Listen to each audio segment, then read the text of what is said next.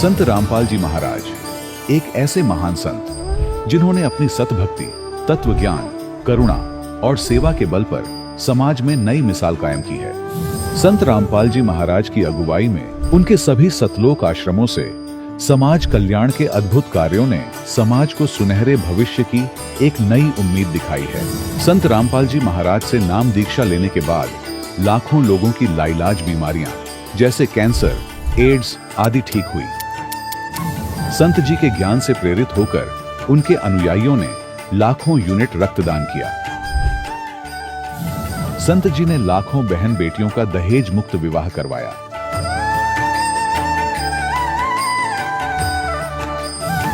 संत जी ने लाखों लोगों का नशा छुड़वाया, करोड़ों उजड़े परिवार बसे। संत जी के आश्रमों में समागम के दौरान निःशुल्क नेत्र चिकित्सा, दंत चिकित्सा प्रदान की जाती है। संत रामपाल जी महाराज द्वारा समय समय पर पर्यावरण संरक्षण के उद्देश्य से बड़े स्तर पर वृक्षारोपण किया जाता है। संत जी ने जरूरतमंदों को तत्काल राहत पहुंचाने के लिए एम्बुलेंस सेवा शुरू की। संत जी अपने अनुयायियों को देहदान के लिए प्रेरित करते हैं, जिससे मानवता की सेवा और चिकित्सा क्षेत्र में सुधार हो सके। संत रामपाल जी महाराज के सभी आश्रमों में हर रोज निःशुल्क भंडारा आयोजित किया जाता है, जहां हर वर्ग, हर जाति और हर धर्म के लोग एक साथ बैठकर भोजन करते हैं।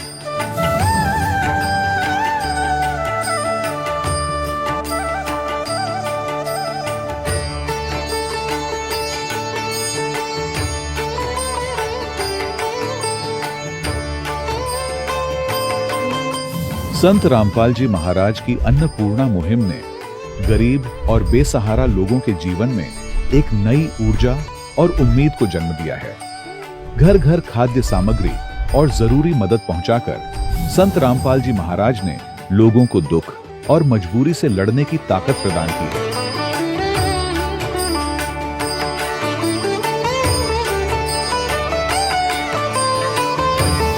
संत रामपाल जी महाराज द्वारा गरीब लोगों के लिए घर बनवाने का अद्भुत कार्य एक ऐसी मिसाल कायम कर रहा है जो सदियों सदियों संत जी की उदारता और दया भावना के तौर पर जाना जाएगा।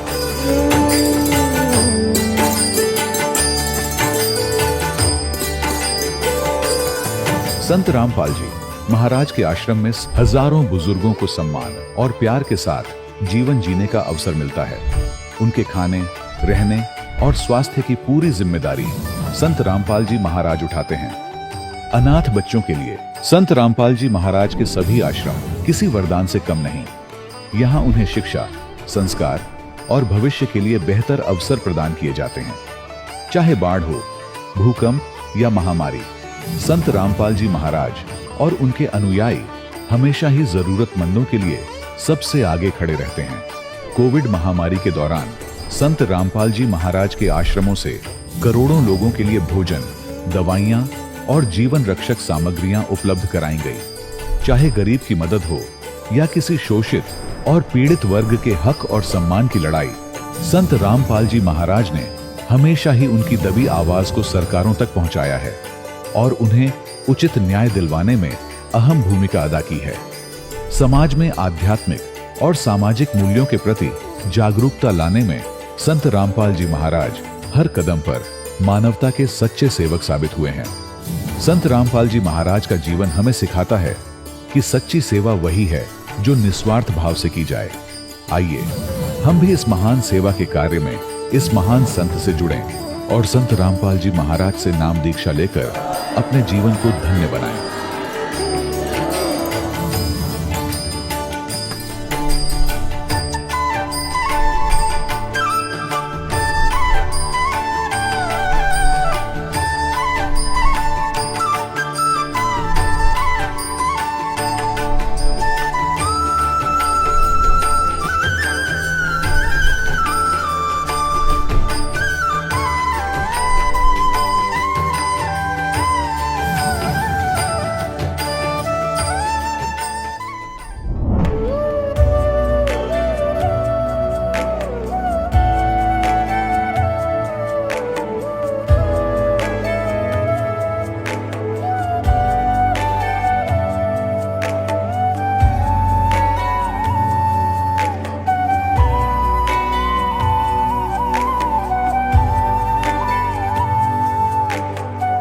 गीता अध्याय 15 के श्लोक 16-17 में 3 प्रभु बताए हैं। ये 3 प्रभु कौन हैं? किस प्रभु की शरण में जाने के पश्चात जन्म और मरण समाप्त हो सकता है? 3 प्रभुओं में सबसे उत्तम परमात्मा कौन है? कैसा है? उसका क्या नाम है? इन सभी गूढ़ रहस्यों को जानने के लिए अवश्य सुनिए जगत गुरु तत्वदर्शी संत रामपाल जी महाराज के अमृत वचन। सत साहिब दर्शकों, जीवन की कठिनाइयों और बीमारियों के बीच जब सभी रास्ते बंद नजर आते हैं, तब पूर्ण परमात्मा की विशेष मेहर एक नई आशा देती है। आज हम आपको सुनाएंगे प्रहलाद जी की कहानी, जो इस सत्य का जीता जागता उदाहरण है। प्रहलाद जी दामाखेड़ा पंथ से जुड़कर उनके द्वारा बताई भक्ति साधना कर रहे थे और कबीर पंथ में होते हुए भी प्रहलाद जी को कबीर साहिब जी के विषय में पूर्ण ज्ञान नहीं था। इन्हें कबीर सागर के गूढ़ रहस्यों का तब पता चला जब इनको संत रामपाल जी महाराज की शरण प्राप्त हुई। संत जी से जुड़ने के बाद इनके दुख सुख में परिवर्तित हो गए। सर्वप्रथम इनकी भूत बाधा से ग्रस्त बेटी, जो मृत्यु की कागार पर थी, अब पूर्णतः ठीक है और संत जी की शिक्षाओं से प्रेरणा पाकर इन्होंने अपनी बेटी की दहेज मुक्त शादी की है। चौंकाने वाला लाभ तो तब हुआ जब इनके बेटे को कैंसर जैसी भयानक बीमारी ने घेर लिया था। ऐसे में डॉक्टर्स ने इलाज के लिए 5 लाख रुपए मांगे, पर इस सृष्टि के सबसे बड़े डॉक्टर विघ्नहर्ता कबीर परमेश्वर से अर्ज लगाने पर इनके बेटे का कैंसर मात्र 15 दिन में ठीक हो गया। अब स्वयं सुनिए प्रहलाद जी के जीवन परिवर्तन की सच्चाई, उनकी आप बताई। सर नमस्कार। सत साहिब। सर क्या नाम है आपका? भक्त प्रहलाद बिरणवार। कहाँ से आए सर आप? ग्राम नैत्रा, जिला बालाघाट, मध्य प्रदेश। संत रामपाल जी महाराज से कब जुड़े आप? 29 अक्टूबर 2014 को। संत रामपाल जी महाराज से नाम दीक्षा लेने से पहले क्या आप कोई साधना करते थे पहले?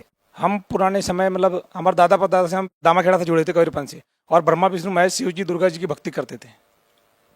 आप कबीरपंथी दामाखेड़ा से पहले ही जुड़े हुए थे और संत रामपाल जी महाराज जी भी कबीरपंथी है, तो फिर आपने संत रामपाल जी महाराज से नाम दीक्षा क्यों ली? आप पहले ही कबीरपंथी थे। रामपाल महाराज जी से नाम लेने का मतलब कारण ये हुआ कि परमात्मा जो वेद पुराण बाइबिल गीता के आधार पे जो मतलब कबीर साहब जो बोल के गए, मतलब बता के गए हैं, उस आधार पे जो भक्ति बता रहे परमात्मा, वो सदभक्ति बता रहे हैं। सर जो आप दामाखेड़ा से जुड़े हुए थे, कबीरपंथी संत से आप जुड़े हुए थे, हम आपसे ये जानना चाहते हैं कि आखिर संत रामपाल जी महाराज ने आपको ऐसी कौन सी बातें बताई जो आपको दामाखेड़ा पंथ में आपको सुनने को नहीं मिली?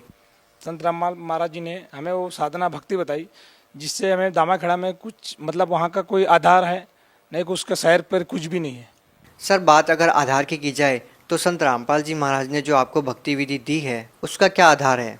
उस भक्ति का मोक्ष पाने का आधार है और आध्यात्मिक लाभ और मोक्ष पाना है, उससे अपना सतलोक घर लौटना है वो। सर देखिए, लोग भक्ति इसलिए करते हैं, गुरु इसलिए बनाते हैं ताकि उनको आध्यात्मिक सुख मिले, मानसिक सुख मिले, भौतिक सुख मिले। हम आपसे जानना चाहेंगे कि संत रामपाल जी महाराज से नाम दीक्षा लेने के बाद आपको क्या लाभ मिले? संत रामपाल जी महाराज जी से नाम लेने के बाद मेरी बेटी मर चुकी थी, समझो वो भूत प्रेत से परेशान थी। हम लोग अपनी जमीन जायदाद बेच के उसको सुधारने की कोशिश, कोई आराम नहीं मिला। हमको एक भगत जी हमारे गाँव में, उनने बोले कि आप सत्संग सुनो और हमारे साथ चलो आप। उनके साथ हमने सुने, सत्संग सुने कुछ दिन तक, फिर संत रामपाल महाराज जी से नाम दीक्षा लिए। मेरी बेटी आज अच्छी हो गई और मैंने 17 मार्च में भी रमणी करवाया बैतुल आश्रम में आके। सर आपने रमणी का जिक्र किया। संत रामपाल जी महाराज अक्सर इस बात को लेकर सुर्खियों में भी रहते हैं कि वो दहेज प्रथा मुक्त एक भारत बना रहे हैं और अपने अनुयायियों की शादी बिल्कुल दहेज मुक्त कर रहे हैं। आपने अभी रमणी का जिक्र किया, ये रमणी क्या है? रमणी सर बिना दहेज के नहीं लेना है, दहेज किसी को देना नहीं है और मतलब फिजूल खर्च नहीं करना है। डीजे ड्रामा ये जो कर रहे हैं, हम जमीन बेच के कर रहे हैं, कहीं ब्याजी पैसे ला रहे हैं, वो कर रहे हैं, वोट करके नहीं। संत रामायण वेद के शास्त्र के आधार पे रमणी करवाते हैं। सर आप कुछ रिपोर्ट साथ में लेके आए हैं, ये रिपोर्ट्स किस बारे में है? सर मेरे बेटे को कैंसर हो चुका था 27 अप्रैल को। मैंने डॉक्टर को बालाट में दिखाया, बालाट में कोई आराम नहीं मिला। फिर मैं नागपुर गया, नागपुर में BM गुप्ता डॉक्टर है, स्पेशलिस्ट है, उनसे मैंने दिखवाया तो उन्होंने मुझे बोला कि आप MRI कराइए। MRI कराया, वहाँ से MRI में 1 घंटे बाद जो रिपोर्ट आई उसमें कैंसर निकला। कैंसर निकले से मैं इतना परेशान हो गया, मैं घबराहट हो गया। घबराहट होने से मैं सर वहीं गिर गया पट से। तो डॉक्टर साहब ने मुझे रात भर अपने वहाँ रखा और रखने के बाद मेरे बेटे को मैं रात भर वहीं रुका। सुबह उन्होंने एक आवेदन बनाया और मेडिकल हॉस्पिटल ले गया। मैं डॉक्टर साहब को बोला खर्च कितना आएगा, तो बोले 5 लाख रुपए आएंगे। डॉक्टर साहब मैं कहाँ से लाऊंगा 5 लाख रुपए? तो फिर मैंने उन्हें मेडिकल मतलब आवेदन दिए, आवेदन बनाया मतलब उन्हें, और मैं गया मेडिकल हॉस्पिटल, वहाँ पे एडमिट किए। उनने रिपोर्ट 10 दिन के लिए पहुँचाए। हाँ, 10 दिन के बाद मेरे एक ही लगा मेरा, तो फिर मैं वहीं रहा। फिर मैंने परमात्मा से अरदास लगाया, परमात्मा जी मैं आपकी शरण में आ गया हूँ, और मेरे बेटे को ये हो रहा है, यार आप डॉक्टर से डॉक्टर, बड़े डॉक्टर हो, आप अविनाशी हो, सभी दुखों को तार को मेरे बेटे का दुख तार दो आप। वहीं हम 1 महीना तक मेडिकल में रहे, और उसके बाद मैं अरदास लगाया। वहाँ से अरदास है कि आप परमात्मा ने बोला रामपाल महाराज जी ने कि आपको परमात्मा दया करेंगे।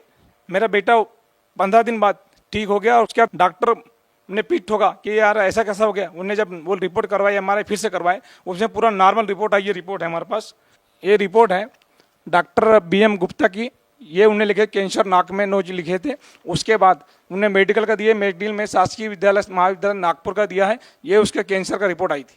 आज डॉक्टर की वो रिपोर्ट नॉर्मल हो गई, और वो नॉर्मल से मैंने फिर बाद में हमारे और करवाया। ये हमारे में फिर 15 दिन बाद ये हमारे करवा तो नॉर्मल आया। डॉक्टर बोले ऐसा कैसा चमत्कार हो गया। मैंने बोला हमारा ये संत रामपाल महाराज जी का चमत्कार है, जो हम हरियाणा में है, हम वहाँ से उनसे दीक्षा लिए आए हुए हैं। सर, इस आधुनिक युग में लोगों को ये बात पे यकीन करना मुश्किल हो जाता है कि एक संत के आशीर्वाद देने से, उनसे नाम दीक्षा लेकर भक्ति करने से आखिर कैंसर जैसी भयानक बीमारियां कैसे ठीक हो सकती है। लेकिन आपकी रिपोर्ट्स इस बात को प्रमाणित करती है कि आपके बेटे को कैंसर था, और संत रामपाल जी महाराज से नाम दीक्षा लेने के बाद वो ठीक हो गए। सर, हम आपसे ये जानना चाहेंगे कि आखिर एक संत के आशीर्वाद से, उनसे नाम दीक्षा लेने से आखिर ये लाभ आप लोगों को जो मिल रहे हैं, ये कैसे मिल रहे हैं।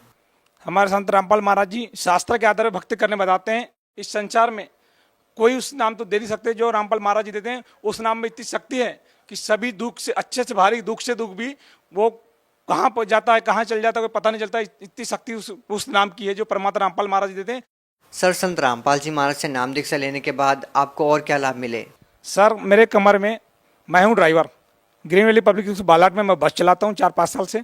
मैं टायर खोल रहा था, अचानक मैं लीवर घुमा रहा था, मेरे कमर में एक मतलब ऐसी हड्डी में कट सी आवाज़ आई थी। बोल आवाज़ आने से वो मेरे को बहुत दर्द बढ़ गया था। तो मैंने डॉक्टर जैन, सिद्धांत जैन ने बालाघाट में, उनको दिखाया।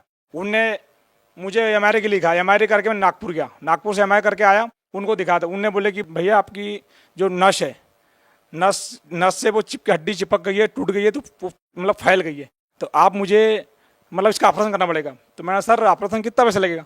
बोले 75,000 रुपये लगेंगे आपको। सर मैंने मेरी औकात तो उतनी है नहीं, मैं कहाँ से लूँगा 75,000। उसके बाद मैंने ये डॉक्टर चलो छोड़ो, मैं अब नागपुर में दिखाता हूँ। फिर नागपुर मैंने वही हमारे एक डॉक्टर को दिखाया। उनने मुझे बोले कि वही बोले 70-75,000 रुपये लगेंगे उसमें। तो मैंने बोला मैं तो अब छोटा गरीब आदमी कहाँ से लेके आऊँगा। तो फिर मैंने संत रामपाल महाराज जी से दंड प्रणाम करके अरदास लगाया, परमात्मा मैं पैसे कहाँ से लाऊंगा, और मेरे साथ ऐसा। तो उस दिन से आज तक मेरे शरीर में कोई दर्द ही नहीं है। सर देखिए, आपकी तरह बहुत सारे ऐसे लोग हैं जो कैंसर जैसी भयानक बीमारी से पीड़ित हैं, और भी बहुत सारे शारीरिक और मानसिक लोगों को कष्ट हैं, जिसके लिए वो दूसरे संतों के पास जाते हैं। लेकिन आश्चर्यजनक बात यह है कि उन संतों के पास जाने के बाद उनको ये जवाब मिलता है कि आपको अपने पिछले पाप कर्मों का भोग भोगना ही पड़ेगा, ये बीमारियाँ ऐसे नहीं कर सकती। लेकिन दूसरी तरफ संत रामपाल जी महाराज से जो भी व्यक्ति नाम दीक्षा लेता है, उसको आध्यात्मिक और शारीरिक सुख मिलते हैं। आप उन लोगों को क्या कहना चाहेंगे जो दूसरे संतों से, दूसरे पंथों से, या ये कहें कि मेडिकल में लाखों करोड़ों रुपए खर्च करते हैं। हाँ सर, लोग मेडिकल में जाते हैं, इलाज करवाते हैं, मतलब फालतू में 5 लाख 10 लाख वो खर्च करते हैं। नहीं है तो जमीन बेचो, ये करो। ये अपन जो आतंक गुरुओं के पीछे घूम रहे हैं जबरदस्ती, और वो उल्टा नाम काल का नाम दे रहे हैं। इसलिए परमात्मा संत रामपाल महाराज जी आए हुए हैं, और हमने उनसे नाम लेके आज मेरा बेटा ठीक हुआ, मेरा बेटा आया हुआ है। सर, आप भगत समाज को, आप उन लोगों को क्या कहना चाहेंगे जो अपना पैसा, अपना टाइम उन नकली धर्मगुरुओं के पास जाकर बर्बाद कर रहे हैं, जो ये कहते हैं कि आपके पिछले कर्मों का जो भोग है वो भोगना ही पड़ेगा, राहत नहीं मिल सकती। आप उन लोगों को क्या कहना चाहेंगे। मैं सभी दर्शक लोग को बताना चाहता हूँ कि संत रामपाल महाराज जी पूर्ण परमात्मा आए हुए हैं। आपको कैंसर की बीमारी, टीबी की बीमारी, ब्लड प्रेशर, हार्ट, जो भी बीमारी हो, आप ये नकली संतों के पीछे न दौड़े, और ये डॉक्टरों के पीछे अपना पैसे फुकट का समय खराब ना करें, और व्यर्थ पैसे खराब ना करें। चैनल में पट्टी चल रही है, रोज सत्संग सुनिए, और पट्टी में जो नंबर दिया है उस पट्टी पे कांटेक्ट करिए। जिले जिले में नाम स्थल खुला हुआ है, वहाँ पे जाके संत रामपाल महाराज से नाम दीक्षा ले और अपना जीवन कल्याण करके मोक्ष पाए। जी धन्यवाद। सत्संग। दर्शकों, अभी आपने सुने संत रामपाल जी महाराज से दीक्षा प्राप्त करके सुखी हुए भक्त के अनुभव। अब देखिए जगत गुरु तत्वदर्शी संत रामपाल जी महाराज के मंगल प्रवचन। अपनात्मा देखो, अब जो भी कोई साधना कर रहे हैं वो हैं परमात्मा के बच्चे। किसी ना किसी जन्म में वो मालिक के साथ रहे। आगे साधना नहीं मिलती तो वो 84 लाख योनियों में चले जाते। और परमात्मा ने वहां भी दया करा दी अपने गरीबदास जी के माध्यम से। हरलाल का मन फेर दिया कि अभी भगत था यो, और यू बैल बन गया, इसकी दुर्भाग्य।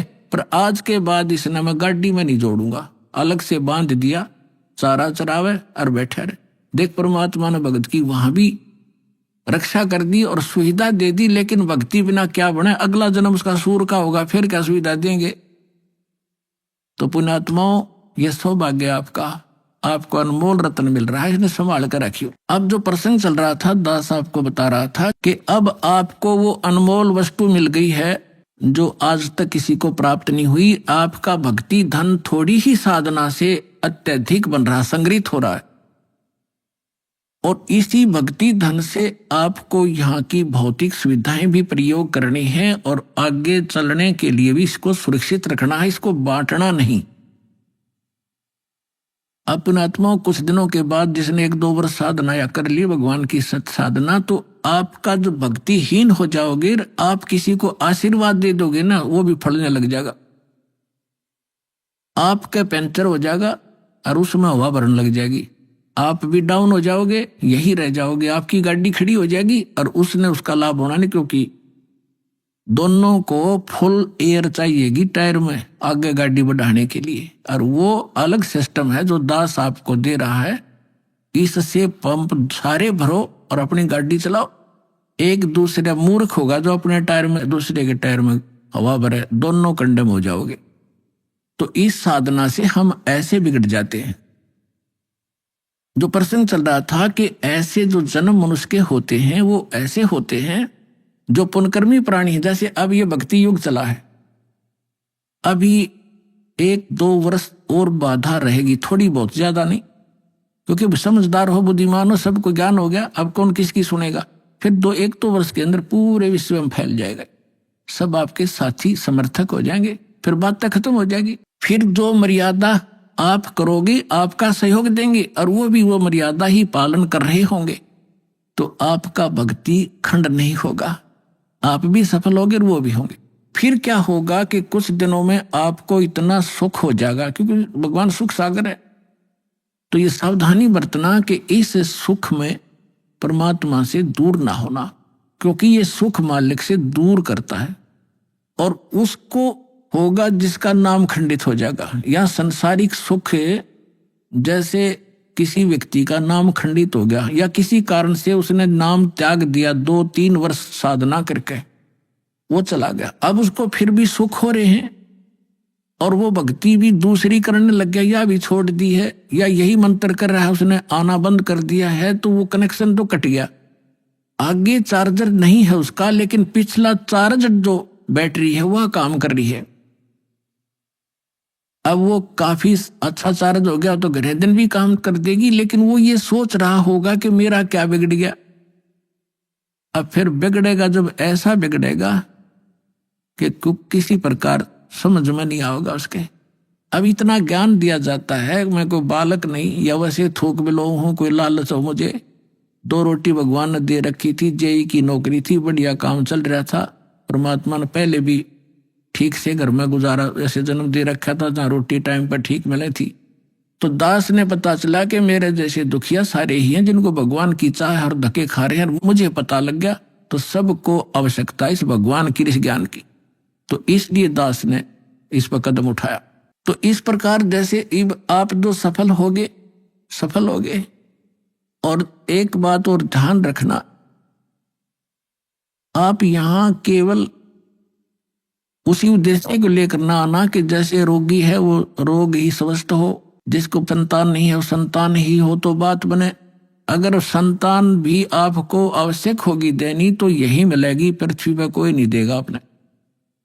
और जो आपका रोग निवारण होगा तो यही होगा, पृथ्वी पर कहीं होगा भी नहीं, और होगा ही होगा, रोग तो निवारण होगा ही होगा। बाकी संतान भी परमात्मा अगर चाहेगा तो सब कुछ कर सकता है। उसका एक लंबा इतिहास है, फिर बताऊंगा, ऐसी बात नहीं। यहाँ हजारों ऐसे प्रमाण हैं जिनके 10-10 वर्ष, 12-12 वर्ष और 15-15, 20-20 वर्ष ब्याह न हो गए थे और बच्चा नहीं था। सारे सब आजकल तो सारे जो है ना ये भौतिक और सारे ट्रीटमेंट हैं, ये भी करवा के छक लिए थे मालिक ने, उनको भी संतान दे दी। ये तो कोई बड़ी बात नहीं है, लेकिन हमारा आपका मूल उद्देश्य मोक्ष हो और आपको पार करने के लिए परमात्मा जैसे भी आपको रखे वैसे ही रहो। जैसे डॉक्टर के यहाँ मरीज होता है और उसको थोड़ा बहुत कष्ट भी बन रहा है, वो जैसे भी कोई ट्रीटमेंट करे, इंजेक्शन लगाओ, जब भी थोड़ा बहुत दर्द तो होएगा। अब उस इंजेक्शन ना लागने दे, फिर वो ट्रीटमेंट क्या करेगा डॉक्टर। तो थोड़ा बहुत कष्ट आपको महसूस भी हो, वो गॉड गिवन समझना। किस लिए परमात्मा हमें उदाहरण देते हैं अपने ऊपर ही। कहते हैं कबीर सुख के माथे पत्थर पड़ो, जो नाम हृदय से जावे, बलिहारी व दुख के जो पल पल नाम रटावे। परमात्मा कहते हैं तुम ऐसे मांगना मेरे से कि हे भगवान, इसे सुख के आग लगो जिस जो आपसे दूर करे। हे परमात्मा, बलिहारी उस दुख के, ऐसा दुख बना रहे जिससे आपकी याद बनी रहे, ऐसा सुख ना देना भगवान जो आपसे दूर करे। तो आप ये समझ लेना, छोटी मोटी जो ठूठा आपका रख रहेगी ये गॉड गिवन होगी, ताकि वो मन बकवाद ना करे, इसने मौत दिखे जा, और तभी ये भक्ति करेगा, न करने ना दियो। ऐसा खतरनाक एलिमेंट है ये। तो पुणात्मा, ये परमात्मा का ट्रीटमेंट चलेगा जब आप इसकी शरण में आगे। डॉक्टर के हॉस्पिटल में एडमिट एक पेशेंट अपनी चलावेगा तो वो रोग नहीं कटवाना चाहता, वो तो बकवाद कर रहा है, व्यर्थ में टाइम वेस्ट कर रहा है। तो आप यहाँ आगे हो, भगवान कोई बालक नहीं, आपके भविष्य की जानता है। अब जैसे किसी को एक्सीडेंट हो गया और उसका ब्लड चल रहा है, ब्लीडिंग हो रही है, तो डॉक्टर सबसे पहले उसकी कोशिश करेगा कि ब्लड रोकूं, चाहे उसकी टांग में कितनी पीड़ा हो रही हो, फ्रैक्चर भी हो रहा हो, उसने नहीं संभालेगा कि ये दर्द होने दे थोड़ा, पहले इसकी जान चली जाएगी जब ब्लड नहीं रोक आते। तो वो कह रहा होगा हाय मर गया, पैर टूट गया, हाय मर गया, तो वो अलग बात है। पहले वो ब्लड रोकेगा, फिर उस टांग ने संभालेगा, उससे जान नहीं जा सकती। तो इसी प्रकार आप यहाँ आए हो केवल एक उद्देश्य लेकर, और परमात्मा को पता है कि कल ने इसके ऊपर एक ऐसी आपत्ति आओगी, इसकी जान जानी है या कोई और भयंकर अटैक है इसके ऊपर, तो पहले मालिक आपके उस संकट ने हटावेगा जो भविष्य में और आने वाला इससे भयंकर। और आप ये सोचोगे, बता मेरा ये संकट ना ठीक हुआ, 2 बार लिया, तीसरी बार आ ली, 5वीं हाजिरी होगी। पुणात्मा, या तो आजीवन आने की नीयत बनाओ जब आपका कल्याण होगा। ऐसा बालक नहीं भगवान के झाड़े ला देर जा, तुम अपने राज्य हम अपने राज्य, नहीं, आपके असंग जन्म का कोड कटेगा यहाँ से। अब जो प्रसंग चल रहा है, जैसे सतयुग के अंदर पुण्यात्मा जन्म लेती है और उनके लिए परमात्मा ऐसा माहौल बना देता है, फलदार वृक्ष होते हैं सब जगह। जैसे आजकल हम कणक पैदा करते हैं कितनी मेहनत करके, उस समय ये ऐसे खड़े रहते जैसे सामक देखा हुआ आपने, ऐसे खड़े रहते हैं और जाओ और तोड़ो और झाड़ो, पकाओ और खाओ, फल तोड़ो खाओ और भजन, और उसमें भजन सभी करते हैं, उनकी एक ऐसी श्रद्धा होती है। तो वो भक्ति करते हैं शास्त्र विरुद्ध, और सुख सारे उपलब्ध हैं, शरीर भी स्वस्थ है, लाखों वर्ष जीवन भी रहता है, बाप से पहले बेटा भी नहीं मरता है, और औरत विधवा नहीं होती हैं। तो वो ये सोच रहे कि हम जो साधना कर रहे इससे हमें लाभ है, नहीं, यह भूल मार रही है हमने आज तक। तो वो उस सतयुग में कौन प्राणी जन्म लेंगे, ये बहुत असंख्य युगों से चला रहा है। अब जैसे ये समय अब चल पड़ा, जो भगवान पुण्यात्मा है इस ज्ञान से संपर्क में रहेंगे, भक्ति ठीक करते रहेंगे, तो ये पार हो जाएंगे। अब अरबों खरबों प्राणी पार होंगे अब इस पिछली पीढ़ी में।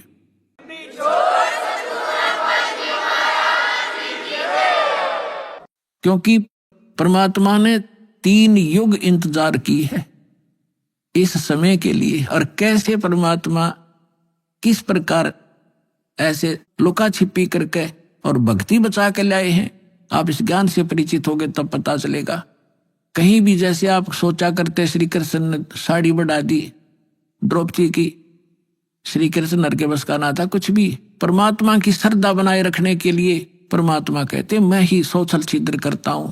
वही उसी संत का रूप बनाकर चले जाते हैं जो जिस गुरु पर आश्रित है और उसका काम कर देते। भगत में आस्था बनी रहती है और वो ने सोचा मेरे गुरु से या इस साधना से ठीक हो गया, होता उसके पूर्व जन्म के संस्कारों से। तो परमात्मा ने इस भक्ति को बचा के जीवित रखना था, इसलिए आपको यहां तक लाए हैं।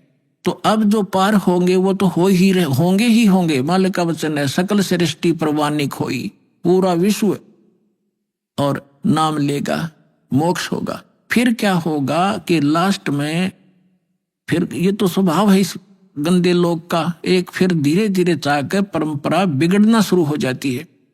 तो उस समय लास्ट में जो भक्त भक्ति यही कर रहे होंगे लेकिन वो पार नहीं हो पाएंगे, उनकी संख्या भी थोड़ी नहीं होगी, बहुत लाखों और करोड़ों में होंगे जो पार नहीं हो सकेंगे, लेकिन भक्ति संग्रहित हो जाएगी उनकी जबरदस्त। तो वो फिर क्या करेंगे, काल के हाथ चढ़ेंगे। उन्हीं में से ब्रह्मा विष्णु महेश ये देव और ये सब बनाए जाएंगे, गणेश और ये जो जितने भी देवता हैं, इंद्र कुबेर वरुण धर्मराज, ये 33 करोड़ देवता इन्हीं में से सिलेक्टेड होते हैं। और फिर इनको ऊपर रखेगा, ऊपर के लोकों में इनकी पुण्य इनके साथ होंगे। फिर वहां इसका टैक्स है, अपना टैक्स अलग लेगा और अपना वह माल बेचेगा वो न्यारा। तो इनके पुण्य समाप्त जब हो जाएंगे फिर ये दोबारा सतयुग में जन्म लेंगे। वो पिछले वाले जो ऊपर लुटन लग रहे हैं वो इस सतयुग में आएंगे और अब वाले फिर काफी वर्षों के बाद वो आएंगे फिर सतयुग में। अब सतयुग में होंगे ये भक्ति संग्रहित प्राणी जो अब करेंगे शास्त्र अनुकूल साधना। अब मिली इनको, आज तक शास्त्र अनुकूल साधना नहीं थी। 4 युग का हिसाब लगा के देख लो, जब किसी के पास आज तक ये शास्त्र अनुकूल साधना हो या भक्ति की हो किसी ने, तो भक्ति अभी शुरू होगी। तो इनमें से बचे हुए फिर उसी गेड़ में आगे सतयुग में जन्म हुआ, फिर वही त्रेता में, द्वापर में, और फिर कलयुग के इसी समय में फिर दाव लगेगा इस मोक्ष का। और ईब चूकिए तो फिर वही चक्कर, इंद्र हजारों वर्ष युगों तक आप वह इंद्र की पोस्ट पर रहोगे, हजारों वर्षों तक देवताओं के स्वर्गलोक में अपना माल खाओगे, बर्बाद करोगे पूंजी को। और फिर यदि आगे भगवान फिर कोई संत नहीं मिले, इतने जन्म मनुष्य के होकर भी फिर आप 84 लाख योनियों में चक्कर खाओगे। तो ये आज का विषय था कि आज आपको वो दाव लगा है, इसको संभाल के रखना। आपको मानव शरीर प्राप्त हुआ है, आपको 600 वर्ष पहले परमात्मा आए थे तब भी आप मालिक के शरणों में थे। 64 लाख शेष थे, ये 64 लाख तक पहले आओगे। उसके बाद फिर परमात्मा ने ये अपना प्रचार फैला दिया है। जैसे आपको बताया गया है कि ये वाणी उसको भी, जैसे कागभूषण की कथा सुनाई थी, 6 महीने कथा सुनकर उसका थोड़ा सा असर हुआ कि नाम ले लूं, तो ये इतना प्रचार होगा इस वाणी का, आंधी सी उठेगी। तो वो जो टर्न वाइज भी जिनका नंबर मनुष्य का आया है वो कुछ दिन के बाद आ जाएंगे, शरण में आना पड़ेगा और इस प्रकार ये सबका मोक्ष होगा। बोलो सतगुरुदेव।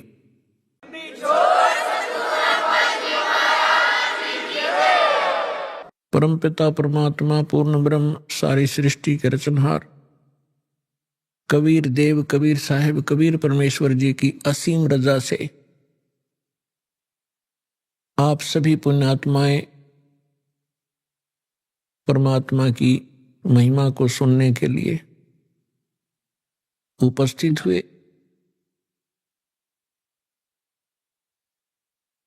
आपके पुण्य संस्कार, आपके पूर्व जन्म के शुभ कर्म बहुत ही अधिक है, अत्यधिक है, तभी आपको परमात्मा की शरण मिली है। और ऐसे समय में आपका मानव शरीर है। ऐसे समय में परमात्मा ने यह समय पहले निर्धारित कर दिया था कि जिस समय 5500 वर्ष कलयुग बीत जाएगा तब मैं अपना एक दास भेजूंगा। वैसे तो परमात्मा ने कहा है कि मैं स्वयं आऊंगा। परमात्मा स्वयं ना आए, अपना दास भेज दिया। प्रधानमंत्री स्वयं ना आवे हिसार में, अपना कोई रिप्रेजेंटेटिव भेज दे, तो एक का बात समझनी चाहिए, उसमें और प्रधानमंत्री में कोई अंतर नहीं होता। वो प्रधानमंत्री की सब पावर युक्त होता है और एक प्रांत को उस रिप्रेजेंटेटिव द्वारा मिलने वाली राहत पर्याप्त होती है। 600 वर्ष पहले परमात्मा ने अपनी प्यारी आत्मा धर्मदास जी को बताया था। पुण्यात्माओं, परमात्मा का विधान है कि वो अच्छी आत्माओं को मिलते हैं, उनको अपनी जानकारी देते हैं, अपने गवाह बनाते हैं इस समय के लिए। इस समय के लिए परमात्मा इस कलयुग के प्रारंभ में आए थे, प्रथम चरण में, और परमात्मा ने कलयुग को 3 चरणों में बांटा है।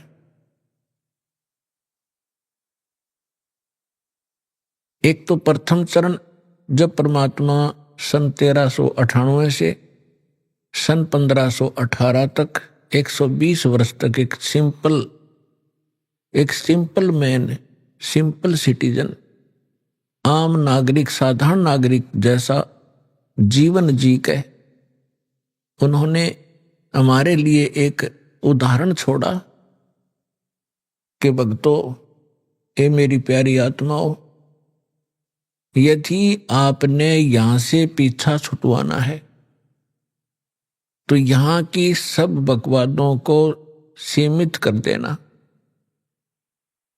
नहीं तो ये काल के, ये माया के चोज आपने असंख्यों बार किए हैं और ये आपको यहीं रख लेते हैं। और एक ये भी सिद्ध करना चाहा था परमात्मा ने कि ये ना समझना कि उस समय ब्राह्मण वर्ण जो था वो केवल भक्ति और ज्ञान प्रचार का अधिकारी माना जाता था, और हम यही मानते थे कि ब्राह्मण लोग ही भक्ति करते हैं, इन्हीं का अधिकार है, यही मोक्ष प्राप्त कर सकते हैं। तो परमात्मा ने सिद्ध किया था कि उस समय छुआछूत बहुत ज्यादा थी और जुलाहा जाति को बहुत ही हेय माना जाता था। शूद्र वर्ण में गिने जाते थे। परमात्मा ने यह सिद्ध करना चाहा था कि जाति और मजहब परमात्मा के पानी में कति आड़े नहीं अड़ता, वो न सहयोगी है न बाधक है। पूर्ण संत प्राप्त हो, सच्ची श्रद्धा से जो सत साधना करेगा, चाहे वो किसी वर्ण में जन्मा हो, अमीर हो या गरीब हो, निर्धन हो, सभी परमात्मा प्राप्ति कर सकते हैं और परमात्मा सबको सामान्य लाभ देगा। यदि राजा भक्ति कर रहा है और साथ में एक रंग कर रहा है, जब आध्यात्मिक सत्र का जो सहयोग होगा, परमात्मा दोनों को सामान्य देगा, कोई अंतर नहीं होगा। तो इसी प्रकार परमात्मा ने यह सिद्ध करना चाहा था कि टोटे में भक्ति करे सोए सही सपूत, ये मायाधारी मस्करे है न जाने कितने जालिए ऊत। टोटे में भक्ति करे, निर्धन दारिद्र होकर भी परमात्मा की आस्था जिसमें है, सोए सही सपूत, और ये मायाधारी मस्करे न जाने कितने जालिए ऊत, रावण जैसे। और परमात्मा कहते हैं राजा हो भावे रंक हो, निर्धन हो या धनवान हो, इंसान हो, स्त्री या पुरुष हो, परमात्मा प्राप्ति कर सकता है यदि उसको सतगुरु मिल जाए। तो पुण्यात्माओं, आप उन पुण्यात्माओं में से हैं जो आपको सतगुरु भी मिल गए।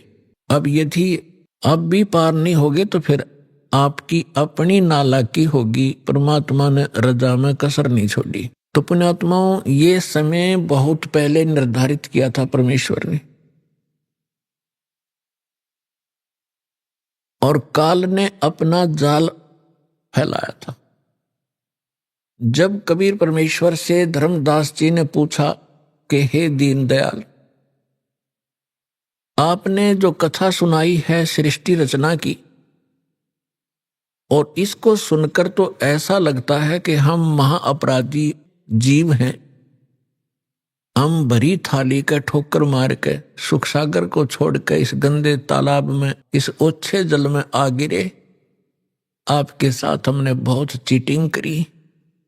हे दीनदयाल, आपने कैसे रहम किया हमारे ऊपर, आपने फिर भी आ संभाले।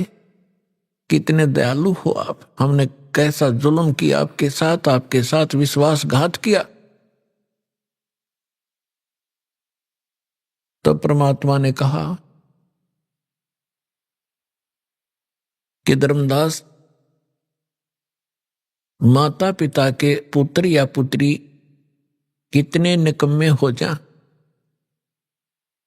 फिर भी वो चाहता है कि ये कभी सुधर जा और मेरे पास आ जाए तो मैं इनको सर्व लाभ दूं।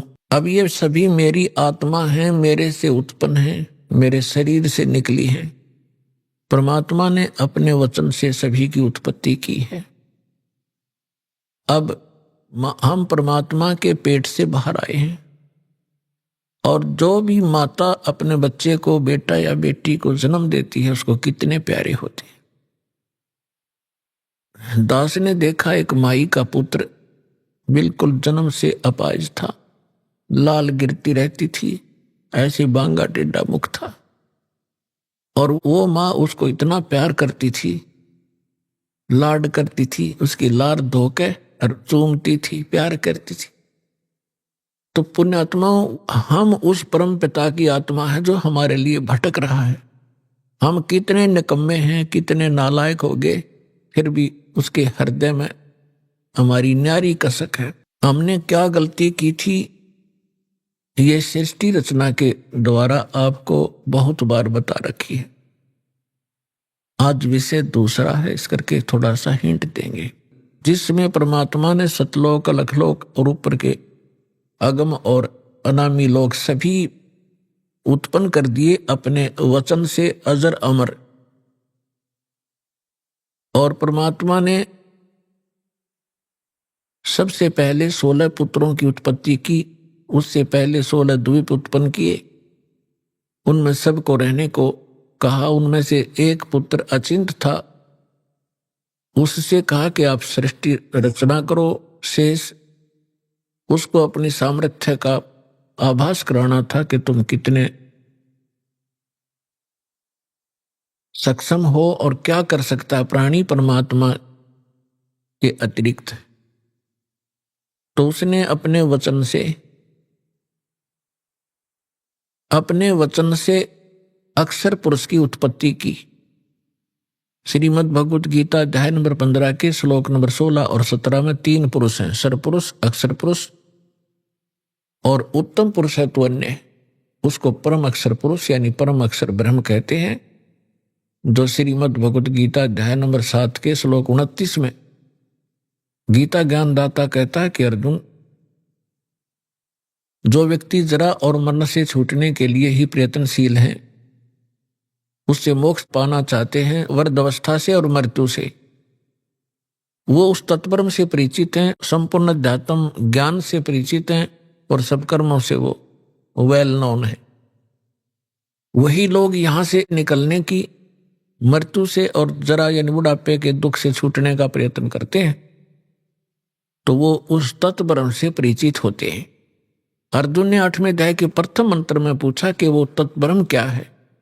गीता ज्ञानदाता ने 8वें अध्याय के 3रे श्लोक में कहा कि वो परम अक्षर ब्रह्म है, यानी गीता ज्ञानदाता से अन्य है वो समरस शक्ति। तो 15वें अध्याय के गीता जी के 16 और 17 श्लोक में 3 पुरुष हैं, सरपुरुष, अक्षर पुरुष, और 17वें श्लोक में कहा कि उत्तम पुरुष है तू अन्य है। इन दोनों से, सरपुरुष और अक्षर पुरुष से, वो श्रेष्ठ परमात्मा उत्तम पुरुष पुरुषोत्तम तो कोई और है, और वही तीनों लोकों में प्रवेश करके सबका धारण पोषण करता है। वो वास्तव में अविनाशी परमेश्वर है। तो अचिंत ने अक्षर पुरुष की उत्पत्ति की, और अक्षर पुरुष वहां एक सरोवर है, मान सरोवर, अमृत से भरा हुआ, उसमें जाके सो गया, गहरा चला गया। वहां श्वासों से जीवन नहीं है। काफी समय तक वो बाहर नहीं आया। आपको थोड़ी सी सृष्टि रचना का हिंट देकर आज का जो विषय है वो फिर चलेगा। अचिंत ने देखा अक्षर पुरुष सरोवर के अंदर गहरी निद्रा में सो रहा है और अक्षर पुरुष के बिना अचिंत सृष्टि नहीं कर सकता। तब उसने अर्ज की कि अक्षर पुरुष निद्रा में है, प्रभु मैं कुछ नहीं कर पा रहा हूं। तब परमात्मा ने कहा कि बेटा तुम कर भी नहीं सकते, ये तुम्हारे को थोड़ा सा एक झटका दिया है, कहीं तुम बीच में टांग अड़ा लेते। परमात्मा ने ये सिद्ध कर दिया कि समर्थ का काम समर्थ ही कर सकता है और दूसरा कोशिश करेगा तो वो मार ही खाएगा। तब परमेश्वर ने उसी सरोवर से थोड़ा सा जल अपनी आचमन में लिया, अपनी शब्द से उसको अंडा बना दिया। अंडे में अपने वचन से अपने ही अंदर से एक आत्मा उसमें प्रवेश कर दी। उस अंडे को बहुत बड़ा आकार का अंडा बना दिया, उसको उसमें छोड़ दिया। सरोवर में गड़गड़ गड़गड़ करता हुआ वो नीचे गया तो उसकी गड़गड़ाहट सुनकर अक्षर पुरुष की निद्रा खुल गई। और किसी को कच्ची निद्रा से जगा दिया जाए तो उसमें थोड़ा सा क्रोध होता है। उसने क्रोधवश उसको देखा कि किसने मेरी निद्रा भंग कर दी, तो वो कोप उस अंडे पर टकराया, उससे अंडा फूट गया। उसमें से ये सरपुरुष निकला, सरपुरुष। अब इस अध्यात्म ज्ञान को सुनने के लिए यह सृष्टि रचना एक मास्टर की समझ लेना। और जब तक आप इस सृष्टि रचना से परिचित नहीं होगे तब तक आप अध्यात्म का कोई सिर पैर नहीं समझ सकते। प्रथम बार कोई सुनेगा उसको ऐसा लगेगा जैसे दंत कथा बनावटी कहानी है। अब वो अंडा फट जाने से उसमें से सरपुरुष निकला, ज्योति निरंजन, जिसको काल भी कहा जाता है, जो 21 ब्रह्मांड का स्वामी है। तब परमेश्वर ने कहा कि तुम दोनों बाहर आओ। वो दोनों बाहर आ गए। उनसे कहा कि जाइए आप अचिंत के द्वीप में रहो। एक स्थान तीनों को दे दिया, अचिंत, सरपुरुष और अक्षर पुरुष। उसके पश्चात परमेश्वर ने स्वयं शेष रचनाएं की और हम सभी आत्माओं को अपने वचन से उत्पन्न कर दिया, असंख्य। अभी आपने सुने संत रामपाल जी महाराज के मंगल प्रवचन।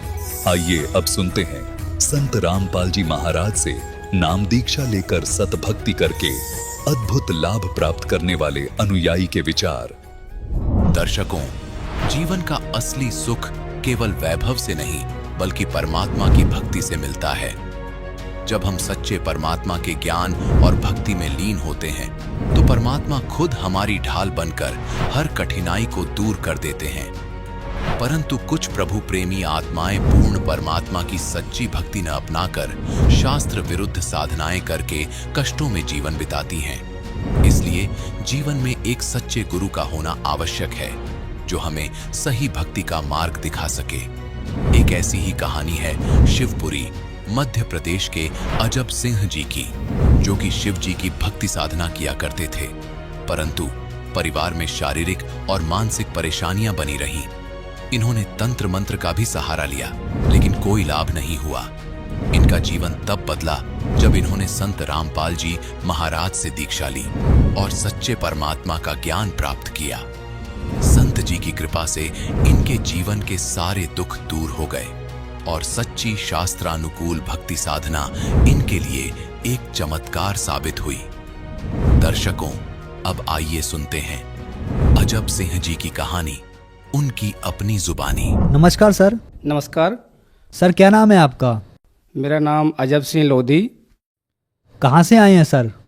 मैं प्राणपुरा तहसील करहरा जिला शिवपुरी मध्य प्रदेश से आया हूँ। क्या काम करते हैं सर आप?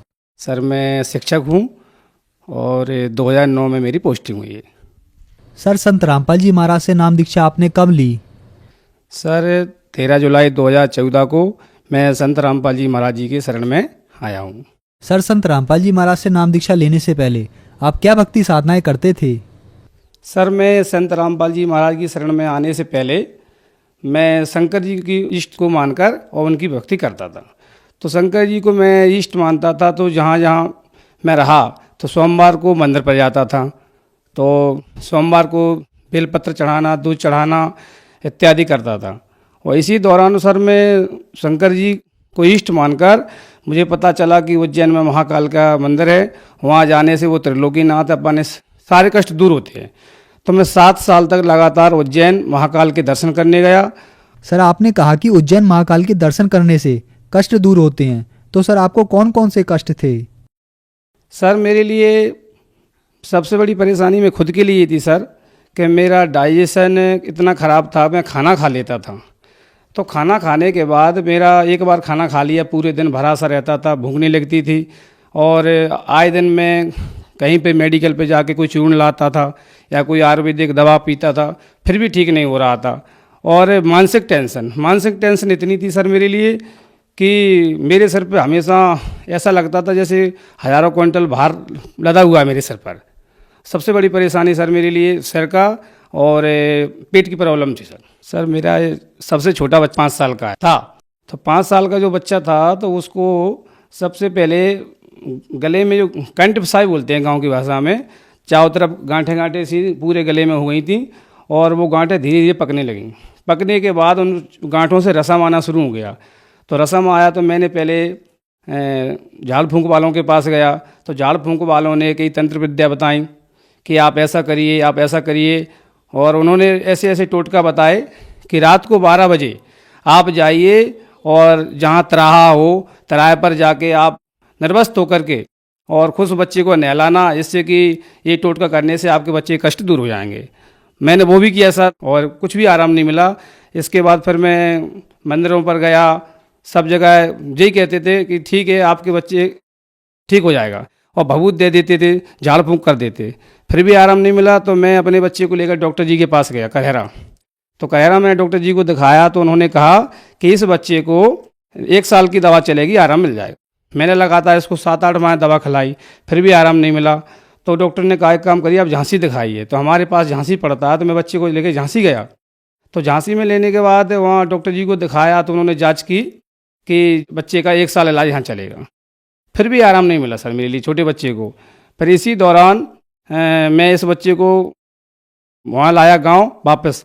और गांव से लेने के बाद एक जंगल पड़ती है हमारे यहाँ से बहुत दूर, वहाँ एक स्थान है, बोले यहाँ जाइए आप, इसकी परिक्रमा दिलवाइए, और इस परिक्रमा को देने से आपके बच्चे के सारे कष्ट दूर हो जाएंगे। एक बार आके आपको कन्या भोज कराना है और यहाँ पे ढाक बजवाना है। ढाक मतलब गाँव की भाषा है, वो दही वगैरह खिलवा के कन्या भोज करवाना होता है सर। तो मेरे बच्चे इसको मतलब आराम नहीं मिला। और इसके बाद सबसे बड़ा वाला बच्चा है, उस बच्चे को सर इन्फेक्शन था पेट में, कि उसका इन्फेक्शन ऐसा था कि महीने में 10 दिन तो हो ही जाता था। लीवर में इन्फेक्शन था कि जब कुछ भी खाना खाता था पेट दर्द होता था, उल्टी हुई पेट में आराम, फिर खाना खाता था, पानी भी पिए भले वो, तो इसके बाद पेट दर्द हुआ, उल्टी हुई, फिर आराम हो जाता था। ऐसा चलता रहा, तो बिल्कुल कमज़ोर होता गया। कमज़ोर होते होते उसको भी मैंने दिखाया, तो डॉक्टरों के पास उसको भी ले गया। तो बताया कि नहीं, इस बच्चे को मतलब झांसी ले जाइए। पर उसको भी मैं झांसी ले गया। तो झांसी ले जाने के बाद डॉक्टर ने अल्ट्रासाउंड किया, तो अल्ट्रासाउंड में रिपोर्ट नील। बोले कुछ नहीं, थोड़ा सा इन्फेक्शन है, ये दवा ले आराम मिल जाएगा। फिर मैं घर आया, वही प्रॉब्लम फिर सर मेरे लिए। आकर मैं थक चुका सर, दोनों बच्चे बहुत बीमार। इसके साथ सर मेरी पत्नी को भी सर सबसे बड़ी प्रॉब्लम क्या थी कि मैं खुद उनको कहीं पर भी ले जाता था, तो भले 1 किलोमीटर गाड़ी से जाते थे, तो उनका सबसे बड़ी प्रॉब्लम सिर दर्द का साथ। कहीं भी प्रोग्राम में जाते थे, शादी में या, तो सिर बांध के लेट जाती थी। प्रोग्राम तो अलग चला गया, मगर 1 घंटे 1.5 घंटे वो सिर बांध के रोती थी, सिर दर्द इतना होता था कहीं पे भी जाए सर।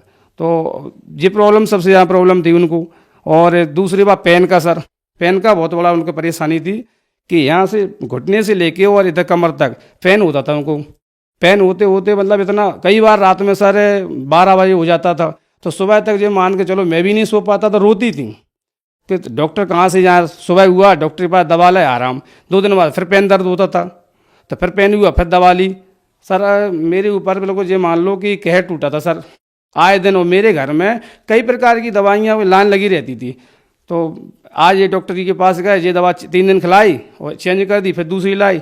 मेरे अलमारी में दवाई भरी रहती थी, सब जगह थक चुका था और मेरी समझ में नहीं आता था कि आखिर में मुझे क्यों आराम नहीं मिल रहा है, मेरे पर क्यों इतने कष्ट आ रहे हैं। तो सर आपने बताया कि आपकी पूरी फैमिली में बहुत कष्ट थे, आप पर दुखों का पहाड़ टूट गया था। आपने जगह जगह घूमकर उनका इलाज कराने की कोशिश की, पितरों से, पंडितों से, मंदिरों में, डॉक्टरों से। आपके दोनों बच्चे, आपकी वाइफ, सभी परेशान थे। तो फिर संत रामपाल जी महाराज की शरण में आप कैसे आए?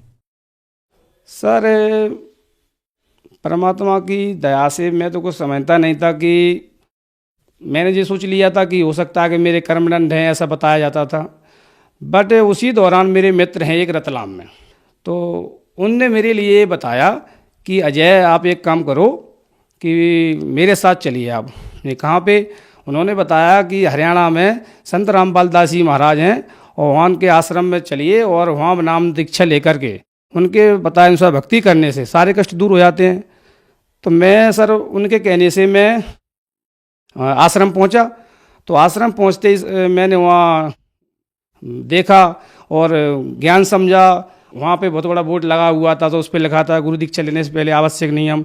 उनको समझा, उनको समझने के बाद सर मैंने वहाँ नाम लिया और नाम लेने के बाद सर मैं जैसे ही दर्शन करने गया तो मैंने एक बताया था सर कि मैं बहुत बड़ी परेशानी से प्रॉब्लम रहती थी कि सिर पे बहुत वजन रहता था। तो जैसे ही मैं नाम लेने गया तो लाइन में लग गया। जैसे ही संत रामपाल दास जी महाराज दर्शन देने आए, तो दर्शन देने आए, उन्होंने आशीर्वाद दिया मेरे लिए। मात्र आशीर्वाद देने से सर मेरे सिर पे ऐसा वजन दूर हो गया जैसे हजारों क्विंटल वजन, हल्का शरीर हो गया, बिल्कुल ठंडा शरीर। और मैंने समझा कि यही सदगुरु हैं, क्योंकि बताते हैं कि सदगुरु से नाम लेकर भक्ति करें सारे कष्ट दूर होते हैं। तो मैं वहाँ गया और मुझे संत रामपाल दास जी महाराज से नाम लिया और भक्ति भी की। इसके बाद सर धीरे धीरे मैं घर आया और घर आके फिर मैं अपने बच्चों को लाया। पहले छोटे वाले बच्चे को लाया जिसको गले में कंठ फंसाई थी, उसको लेके गया। मैंने गुरु जी से प्रार्थना की तो संत रामपाल दास जी महाराज जी ने कहा, बेटा कोई बात नहीं, इसको नाम दीक्षा दिलवाओ और भक्ति करें, परमात्मा दया करेंगे। तो फिर उस बच्चे को भी दीक्षा दिलवाई। फिर दूसरी बार आया, बड़े वाले बच्चे को लाया तो उनने भी दीक्षा दिलवाई। तो परमात्मा की, गुरु जी के, संत रामपाल जी महाराज की दया से उनको भी आराम मिला। फिर 1 साल बाद मेरी पत्नी भी आई और उनको भी नाम दिलवाया। सर आपने बताया कि आप अपने बच्चे को नाम दीक्षा के लिए ले गए, तो संत रामपाल जी महाराज ने कहा कि आप अपने बच्चे को नाम दीक्षा दिलवाएं, उसे आराम मिलेगा। तो क्या ये बात सही साबित हुई? जी सर, बिल्कुल इस बात बिल्कुल सत्य है सर।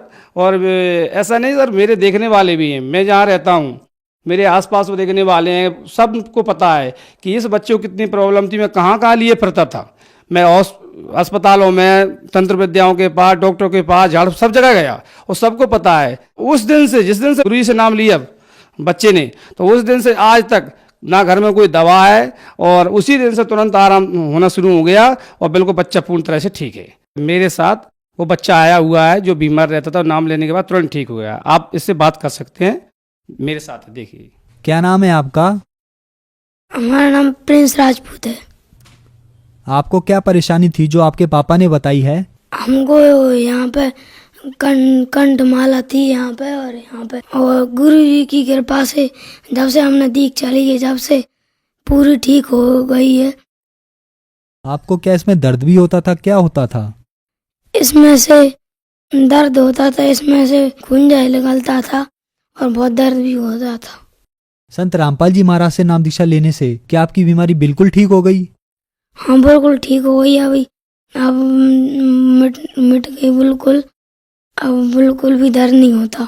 सर जैसे आपने देखा कि मेरा छोटा बालक पूर्ण तरह से ठीक हो गया, आज भी ठीक है उसी दिन से। उसी तरह मेरा बड़ा बालक के पेट में इन्फेक्शन थी कि कुछ खाता था तुरंत दर्द होता था, उल्टी हो जाती थी और काफ़ी कमज़ोर हो गया था। उस दिन से नाम लिया है संत रामपाल दास जी महाराज जी से और नियम मर्यादा में रहकर भक्ति की। आज वो भी पूर्ण तरह से ठीक है। और मेरी पत्नी को 3 प्रॉब्लम थी सर, मैंने अभी बताया था। एक तो पेन होता था, यहाँ से लेके अंदर हड्डी में पेन होता था, इतना पेन होता था कि रात को मैं सोता था, कई बार तो वो दर्द के मारे बताती नहीं थी, दूसरे कमरे में जाती थी तो पूरी ताकत से कपड़े से बांध के रखती थी और रोती थी। पर मुझे बताती नहीं थी कि अभी ये नींद खुल जाएगी, परेशान होंगे। नाम लेने के बाद तुरंत ठीक हो गया। और सिर दर्द ज़्यादा पहले से होता था, लगभग मुझे ऐसा पता है कि शादी होने के बाद जैसे ही आई यहाँ तो तब से ही उनको सिर दर्द होता था। तो सिर दर्द की प्रॉब्लम भी बहुत ज़्यादा थी और तुरंत ठीक हो गया उनका नाम लेने के बाद संत रामपाल दास जी महाराज से। और इसके बाद सर तीसरी घटना क्या हुई कि नाम लेने के बाद मेरी पत्नी को एक बार ब्लीडिंग शुरू हुई 1 माह बाद। तो ब्लीडिंग शुरू हुई, इतनी ब्लीडिंग हुई कि एक बार मैंने खुद बाथरूम में जाके देखा तो पूरी बाथरूम भरी हुई थी ब्लड से, खून ही खून था। तो मैंने कहा ये क्या हो गया, मैं आश्चर्यचकित हो गया कि ये क्या हुआ। तो इतना ब्लड निकला कि मैं घबरा गया और प्रार्थना लगाई। तो संत रामपाल दास जी महाराज जी ने कहा कि परमात्मा दया करेंगे और भक्ति करो। तो फिर मैं हॉस्पिटल लेके गया। हॉस्पिटल मेरे लोकल कहरा में हॉस्पिटल है, मैं वहाँ गया तो मैडम ने दवा दी और बोला कि इनको आप झांसी ले आइए। मैं झांसी लेके गया, झांसी बड़ा है हमारे यहाँ 50 किलोमीटर दूर पड़ता है। तो वहाँ मैं बड़े डॉक्टर के पास ले गया तो उन्होंने चेकअप किया और चेक करने के बाद वो हैरान थे कि बताइए इतनी बड़ी प्रॉब्लम थी ये तो कि इसको तो बेहोश हो जाना चाहिए थे। ब्लड चेक किया, CBC जांच की, उसमें सही प्रकार की जांचें की तो उसमें आया कि मैंने कहा सर इतना ब्लड निकला। तो उन्होंने जांच किया कि ये चल फिर कैसे रही है ये महिला, बताइए आप कि इस महिला को तो बेहोश हो जाना चाहिए था और ये तो बहुत बड़ी प्रॉब्लम थी, इनकी जान भी जा सकती थी। तो मैंने कहा ये तो परमात्मा की दया है, संत रामपाल दास जी महाराज की दया से वो बिल्कुल कांटे में टल गई, क्योंकि इतनी बड़ी डॉक्टर ने बताया कि इतनी बड़ी परेशानी थी ये और इससे जान भी जा सकती थी। वो जो बेहोश नहीं हुई अभी तक, जीवित कैसे है, होश में कैसे है, इतनी ब्लड निकला हुआ है इनका। तो संत रामपाल दास जी कृपा से मर्यादा में रह के भक्ति कर रही थी, नाम ना लिया हुआ था, इसलिए संत रामपाल दास जी महाराज की कृपा से बहुत परेशानी टल गई। उसी दिन से आज दिन तक वो पूर्ण स्वस्थ हैं। 3 बीमारी परेशानियां थी वो भी दूर हैं और वो ठीक हैं। मेरे लिए खुद के लिए पेट का था सर, मैं पेट में प्रॉब्लम थी, इन्फेक्शन मान लो या पेट फूल जाता था। मैं कुछ भी खाना खाता था तो मैं भी कमज़ोर होता चला गया। तो मैं जब से मैंने नामदान लिया है तो बहुत अंतर आया है। नहीं मैं खाना खाता था, सुबह खाना खा लिया, शाम तक पेट भरा हुआ रहता था। मेरा डाइजेशन इतना ख़राब था, एक बार खाना खा लिया ऐसा लगता था कि अब खाना नहीं खाने नहीं है। शाम हो गए, 1 आध रोटी शाम को खा ली तो ठीक है, और नहीं बस मैं ऐसे पेट फूल जाता था मेरा। तो मेरे ये पेट की प्रॉब्लम इतनी थी, मैं मन ही मन प्रार्थना करता था। तो एक बार संत रामपाल दास जी से महाराज जी से गया वहाँ, मैंने प्रार्थना किया। गुरु संत रामपाल दास जी महाराज बोले जाओ बेटा भक्ति करना, नियम में रहना और सब परमात्मा दया करेंगे। तो फिर मेरी ये प्रॉब्लम बिल्कुल पूर्ण तरह ठीक है। मैं 3 टाइम खाना खाता हूँ और पूर्ण तरह से ठीक हूँ। सर आपने बताया कि आपने संत रामपाल जी महाराज से नाम उपदेश लिया और आपके परिवार में खुशियां लौट आईं। तो सर जो समाज आज आपको देख रहा है उन्हें आप क्या संदेश देना चाहोगे? सर मैं क्या संदेश दे सकता हूँ, संदेश तो हमारे परम पूज्य संत रामपाल दास जी महाराज जन जन तक, भारत ही नहीं विश्व के कोने कोने में पहुँचा रहे हैं। क्योंकि संत रामपाल दास जी का महाराज का सत्संग आज लगभग 6-7 चैनलों पर प्रसारण हो रहा है और जगह जगह तक वो संदेश पहुंचा रहे हैं कि ज्ञान समझिए और उनके बताए अनुसार आप भक्ति करिए। और कैसे भी कष्ट हो, चाहे कैंसर हो, चाहे टीबी हो और एड्स हो, कैसी भयंकर से भयंकर बीमारी हो, प्रेत बाधा हो, दुख हो और कष्ट हो, और संत रामपाल दास जी महाराज शरण में आइए और नाम लीजिए और भक्ति करिए, सारे कष्ट दूर। सर संत रामपाल जी महाराज की शरण में कैसे आ सकते हैं? सर संत रामपाल दास जी महाराज की शरण में आने के लिए 6-7 चैनलों पर सत्संग आ रहे हैं। तो सत्संग के नीचे पीली पट्टी चलती है, उन पीली पट्टी पर नंबर दिए हैं आश्रम के, उन नंबरों पर फोन लगा के आप नाम सेंटर का पता कर सकते हैं। भारत के सभी जिलों में परमात्मा गुरु संत रामपाल महाराज जी की दया से नामदान केंद्र खुले हुए हैं और आप नंबर लगा करके नामदान केंद्र से नाम उपदेश लें और अपना कल्याण कराएं। धन्यवाद सर। सत साहिब।